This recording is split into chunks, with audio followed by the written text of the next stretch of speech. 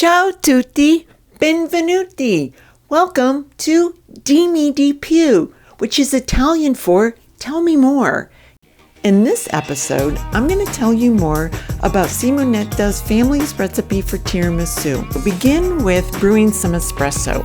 I'm using a Bidoletti stovetop cafe maker, also known as a mocha pot. Fill the bottom section of the mocha pot with water just up to the valve. Drop the filter basket in place, fill with a strong Italian roast ground for espresso. Place the mocha pot on the stove super high heat.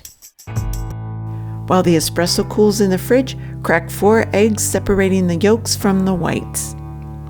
In this example, I crack the shell over a glass bowl. This allows the white to drain, and then I can capture the yolk in my hands, separating it from the white.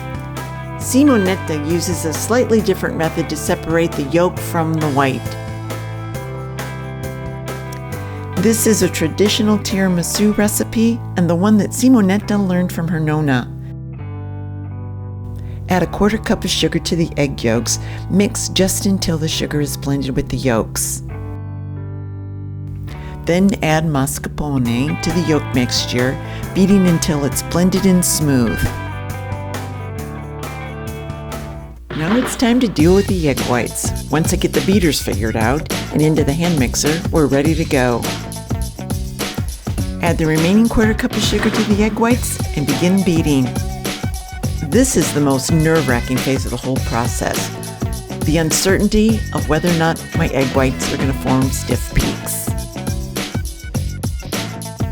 Once the whites form stiff peaks, it's time to fold them gently into the yolk mixture. Look at this bowl of light, yolky fluffiness. Simonetta uses a larger, softer ladyfinger than what I can find in the United States. She uses small individual cups for the tiramisu. Layer a small amount of the custard mix in the bottom of a 12 by 12 square dish. The secret to maintaining a cakey texture to the ladyfingers is to quickly dunk them in the espresso. Place the soaked ladyfingers on top of the thin layer of custard.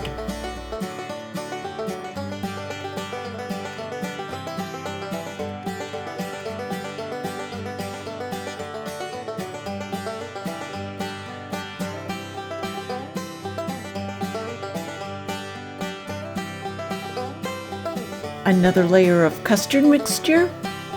Cover with more soaked ladyfingers.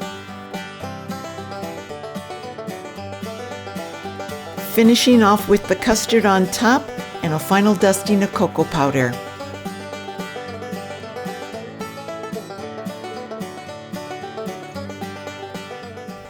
E pronto! Refrigerate for 8 hours and then get ready to dazzle your family and friends, even the ones who say they don't like tiramisu.